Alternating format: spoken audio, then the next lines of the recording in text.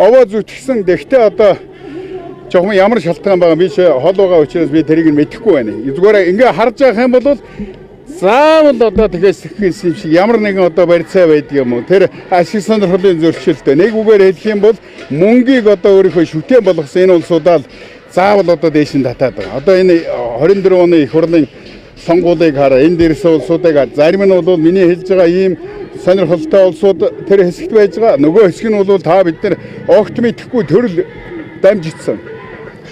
Энэ одоо буруу замаар явж байсан улсуудын өр хүүхдүүд ажлын энерги шиг ийм улсууд одоо ингээд нөгөө хунтайж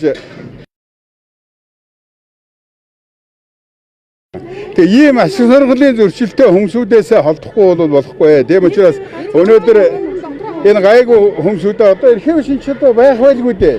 Хүний л ол тавихгүй байгаа болохоос шинж чинь ганц юм олдохгүй бол олдох байлгүй дээ гэж би ингэж л бодож байгаа шүү дээ. Энэ одоо хэлж байгаа энэ шалгуурыг хийх юм уу? Ой зандаа шатрыг бол одоо би олон жил хамт явсан. Энэ өдөөжхан дэд сайд байхаас эхлээд зандаа шатрыг одоо би удам өгчлөөр нь мэднэ.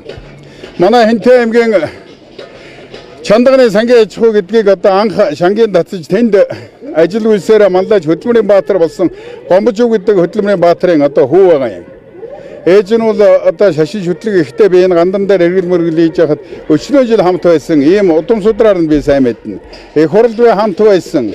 Энэ талаасаа аваад үзэх юм бол одоо өнөөдөр хүртэл ажиллаж байгаа байдлаас нь аваад үзэх юм бол би зандаа шатрыг ер нь эгэнийг буруу улхаа юмтай холбогдчихгүй болов. Эрх мэдэл том эрх мэдэл. Их хурлын дараач 2 бүрэн эрхийн хугацаанд хийлээ штэ.